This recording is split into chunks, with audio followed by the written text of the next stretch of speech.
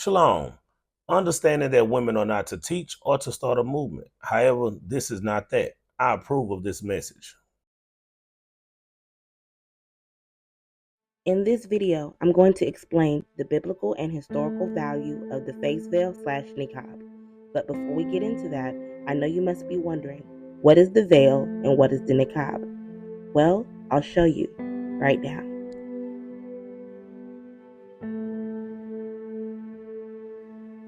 To better understand, we must travel eastward to a few known countries.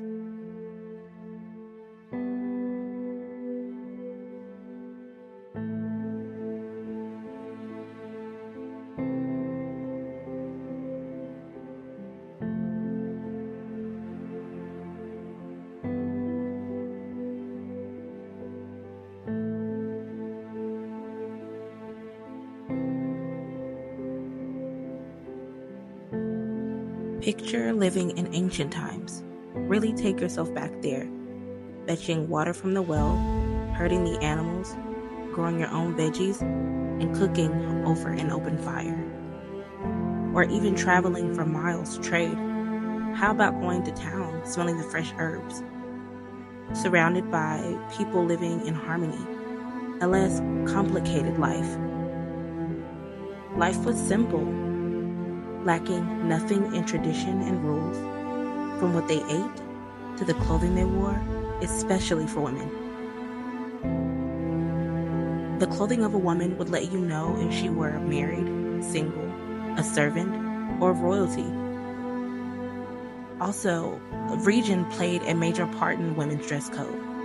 The great patriarchs of the Bible were from known Middle Eastern areas. Abraham lived in modern-day Iraq, but in biblical texts, we know it as Ur of the Chaldees. And Terah lived 70 years and begot Abram, Nahor, and Haran. Now these are the generations of Terah. Terah begat Abram, Nahor, Haran, and Haran begat Lot. And Haran died before his father Terah in the land of his nativity, in Ur of the Chaldees.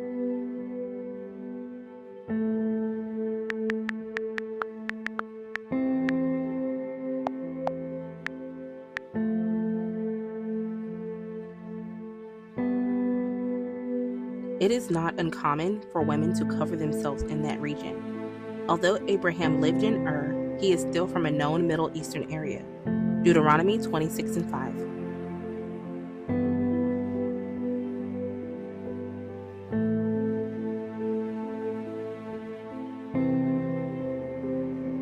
And thou shalt speak and say before the Lord thy God, a Syrian, ready to perish, was my father.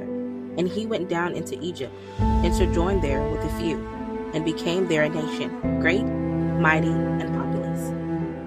This passage could also be referring to Jacob.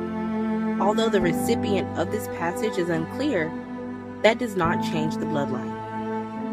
Numbers 1 and 18. And they assembled all the congregation together on the first day of the second month, and they declared their pedigrees after their families, by the house of their fathers, according to the number of the names, from 20 years old and upward, by their polls. Also Exodus 3 and 6.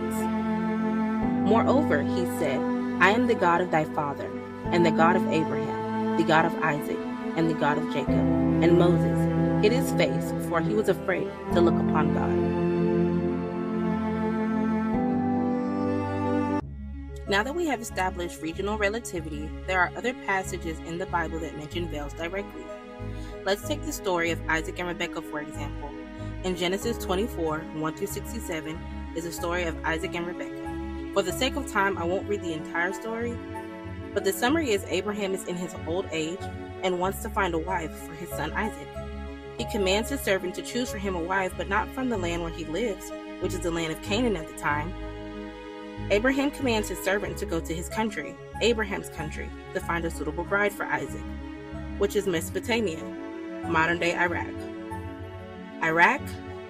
Yes, we've read this before earlier in the video. Genesis 11:28.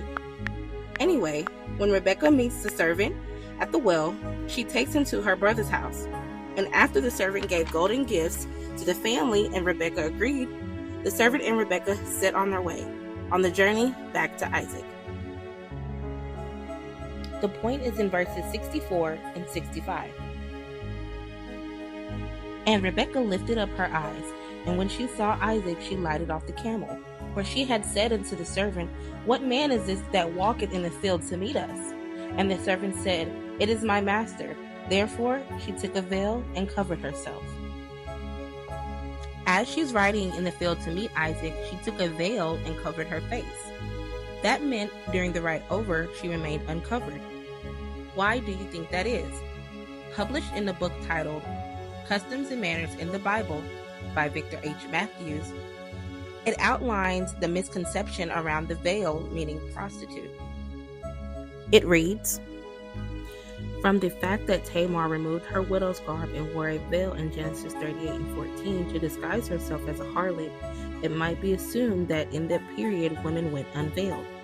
The issue was clouded somewhat by the actions of Rebekah in Genesis 24 verse 65. In this passage, she put her veil on in expectation of meeting her future husband Isaac for the first time. Her act of modesty is more in line with the Mesopotamian custom, the Middle Assyrian Law Code, number 40, page 183. Required that harlots appear unveiled in public on pain of death. From these two circumstances, it can be surmised that Tamar was following the Canaanite custom when she played the role of a veiled harlot. I would like to pay special attention to a word that keeps coming up, Mesopotamia. It also mentions Middle Assyrian law. The Middle Assyrian Law Code, or the Middle Assyrian Law, is a collection of laws composed in a cuneiform writing system of ancient Mesopotamia. I know you're wondering what's the difference between Rebekah's veil and Tamar's veil. I'll give you time to guess. Let's visit Genesis 38 in the story of Tamar. She married son of Judah. He died without children. Judah ordered his second son, Onan, to wife Tamar and give her children on the behalf of the first deceased son. He didn't impregnate her at that time, and the Most High killed him also. Then Judah promised a third son to give to Tamar when he became of age, and Judah didn't fulfill that promise either. So Tamar came up with a plan to get herself pregnant by the bloodline of her late husbands. The point is in Genesis 38 and 14. And she put her widow's garments off from her, and she covered herself with a veil. She wrapped herself and sat in an open place, which is by the way to Timnah. For she saw that Shelah was grown, and she was not given unto him to wife. When Judah saw her, he thought her to be a harlot, because she had covered her face. And he turned unto her by the way, and said, Go, I pray thee, let me come into thee. For he knew not that she was his daughter-in-law. And she said, What wilt thou give me, that thou mayest come unto me?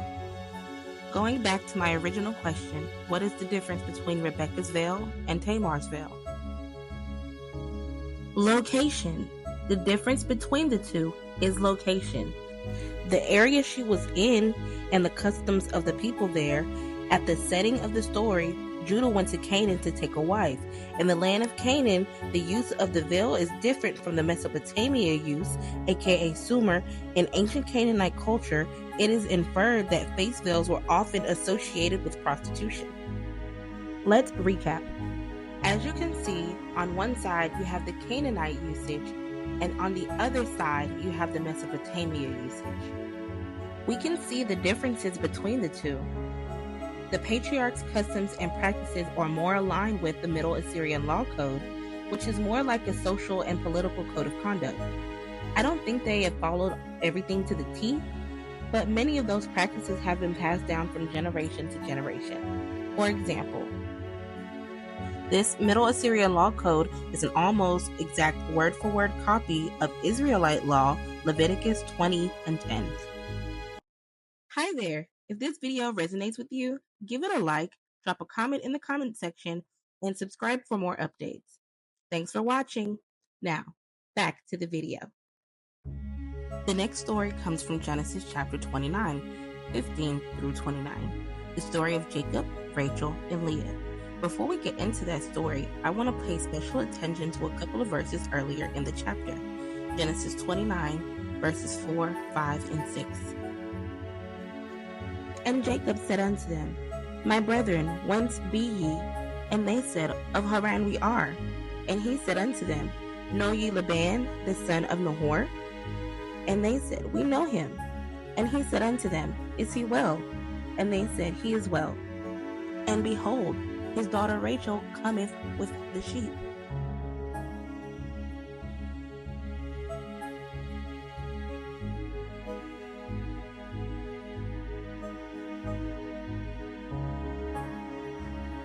In the beginning of verse 4, it spoke of Nahor, which is the brother of Abraham. Nahor also lived in Ur of the Chaldees, back in Genesis 11, 26 and 28.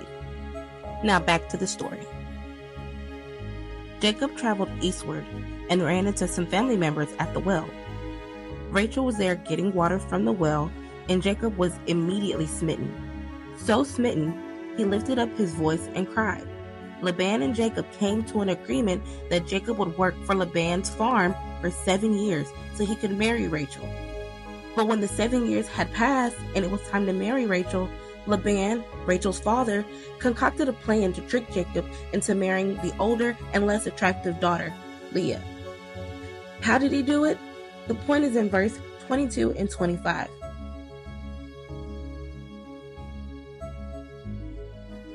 And Laban gathered together all of the men of the place and made a feast. It came to pass in the evening that he took Leah his daughter and brought her to him, and he went unto her. And Laban gave unto his daughter Leah his maid for a handmaid. And it came to pass that in the morning, behold, it was Leah. And he said to Laban, What is thou hast done unto me? Did I not serve with thee for Rachel? Wherefore then hast beguiled me? Ask yourself, how did Jacob not know which sister was which? According to known traditions and customs, and scholars like Victor H. Matthews and Dr. James Washington and many others, it is highly likely that at the time of consummation, Leah was in fact veiled. One would assume that Jacob was inebriated at the time of consummation. That assumption is inaccurate, because it would be culturally inappropriate for him to be drunk in the presence of not only the village elders, but also his new father-in-law. And the text does not give any indication that he was drunk, nor of sound mind. The groundwork has already been laid out to make the connection. There is an overwhelming amount of evidence that suggests that the garments of the known patriarchs and their wives didn't change that much over time. Even though time has passed and people relocate, the customs are still practiced by the people of that region today. There is an uncanny assumption that women should only cover their hair when scriptures are being read or praying or prophesying, which stems from 1 Corinthians 11 and 5. But every woman that prayeth or prophesieth with her head uncovered dishonoreth her head, for that is even all one if she were shaven. This is the main verse that is used to justify whether a woman covers her head or not. This verse isn't subjective at all. But let's continue reading, starting back up at verse 4. Every man praying or prophesied having his head covered dishonoreth his head. But every woman prayeth or prophesieth with her head uncovered dishonoreth her head. For that is even all as if she were shaven. For if the woman not be covered, let her also be shorn. But if it be a shame for a woman to be shorn or shaven, let her be covered. The point is in verse 6. If it is a shame for a woman to be shaven and a shame for a woman to be uncovered, then let her be covered. In the Blue Letter Bible, translated from Greek, the words uncovered and covered actually mean veiled and unveiled. Take Paul's writings, for example. History shows that Paul often wrote to the Jews abroad. And in his day, he were able to encourage the Jews in Corinth to come back to their original custom of covering their head entirely, which is the whole point of 1 Corinthians 11, 5-6. To know the Bible is to know ancient history, and historically and biblically, women went completely covered. as a direct submission to God and their husbands. Different uses of the veil in different customs somewhat shadow the biblical use of the veil, but the custom never changed. Veils were even used as a punishment to women for disobeying God. In Isaiah 3:15-16, "What mean ye that ye beat my people to pieces, and grind the faces of the poor? Saith the Lord of God of hosts. Moreover, the Lord saith, because the daughters of Zion are haughty, and walk with stretched forth necks, and wanton eyes, walking and mincing as they go, and making a tinkling with their feet. Therefore the Lord will smite thee with the scab, the crown of the head of the daughters of Zion, and the Lord will discover their secret parts. In that day the Lord will take away the bravery of their tinkling ornaments about their feet, and their calls, and the round tires like the moon, the chains, and the bracelets, and the mufflers, the bonnets, and the ornaments of the legs, and the headbands, and the tables, and the earrings, the rings, the nose jewels, and the changeable suits of apparel, and the mantles, and the wimples, and the crisp ring pins, and the glasses of the fine linen, the hood, and the veils." The point is in verses 17 and 23. God is saying that he will remove the hair from the head and uncover their secret parts. Understanding culture and society, a woman uncovered is a shamed woman, both physically and spiritually. Paul inferred this in 1 Corinthians chapter 11. Let's go back and look at Isaiah 3:23, which would explain why they always wore veils. Why would that be a punishment if it was already a part of their culture? Many may think that Islam is the birth mother of veiled modesty, i.e. the niqab, but in actuality, the niqab was not adopted into Islam until the Muslim conquest in 622 AD. That's 2,000 years after the biblical patriarchs, which is about 1700 BCE. The Quran does not tell women to cover their faces. The niqab is not mentioned in the Quran as a command. The wives of the Prophet took it upon themselves to do so. In 2016, renowned Islamic professor Amna Nosir supports a public ban for the niqab in Egypt. She says, and I quote, "It came from Jewish tradition." In an updated article as recent as 2023, it seems like Amna Nosir got her wish, banning all religious face coverings in schools, prohibiting students from wearing niqab. Several Islamic scholars support this ban and show recognition that the niqab/face veil predates Islam.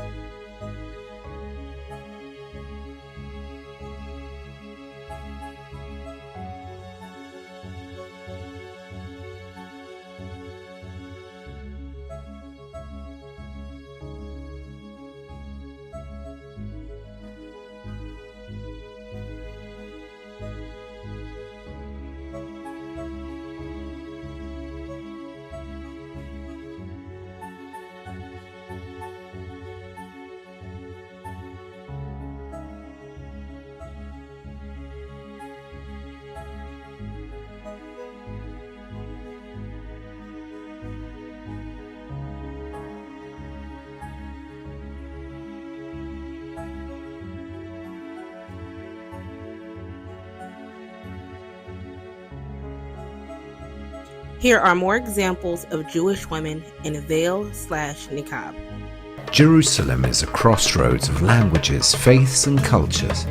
So it happens that in the streets of the old city, it is almost impossible to recognize whether a woman seen from behind is Jewish, Muslim or Christian. One difference, which in the holy city has been fading for the last 20 years. More and more women are wearing more veils to reinforce a message of modesty. How the way of dress becoming more and more sober and not colorful, and how the women adding more and more layers. And in a certain point, when I went from Mea Shearim down to Damascus Gate. In a certain point, I couldn't identify who is Muslim, who is Jewish, who is Christian, especially from the back. The exhibition at the Israel Museum in Jerusalem, Veiled Women of the Holy Land, New Trends in Modest Dress, tells through the stories of different women the religious, political and social meaning of the veil.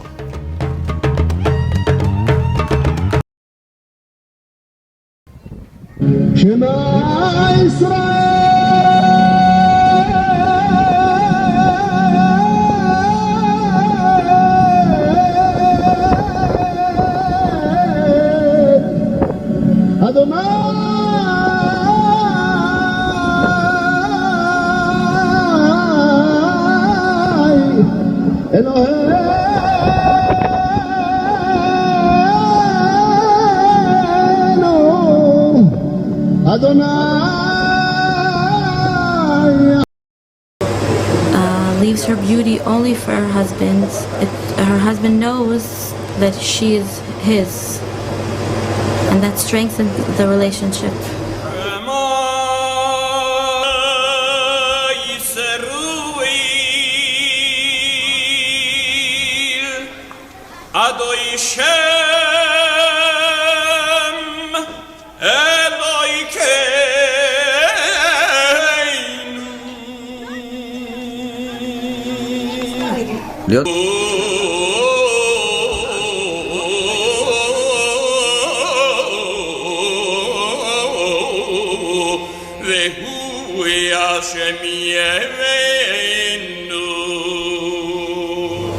A long skirt covers the legs, a wide skirt covers the shape of the legs,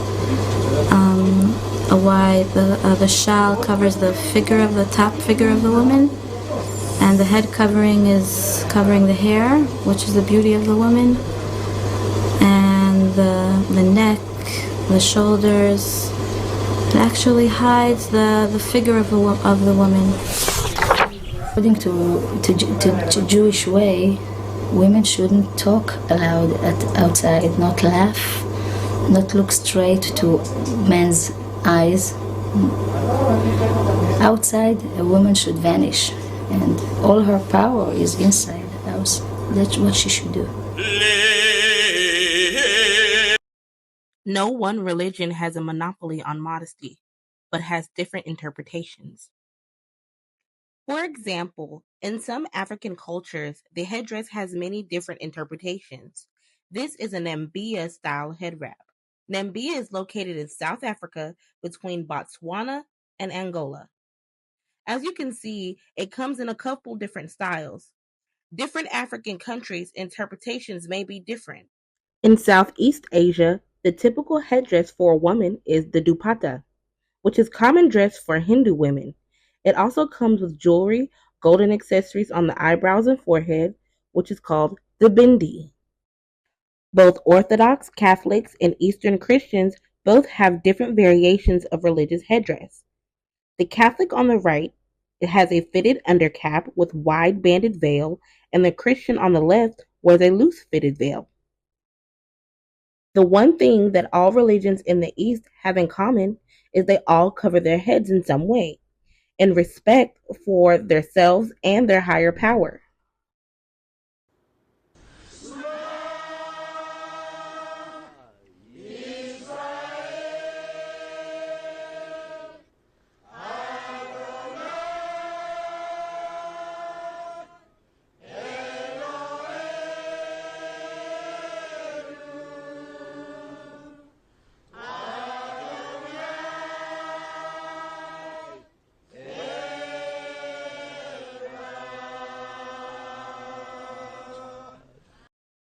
Hi, thanks so much for watching my video. If you have reached this clip, this is the end. If you want to see more updates, please subscribe and drop a like or a comment in the comment section. Thanks so much for watching. Shalom.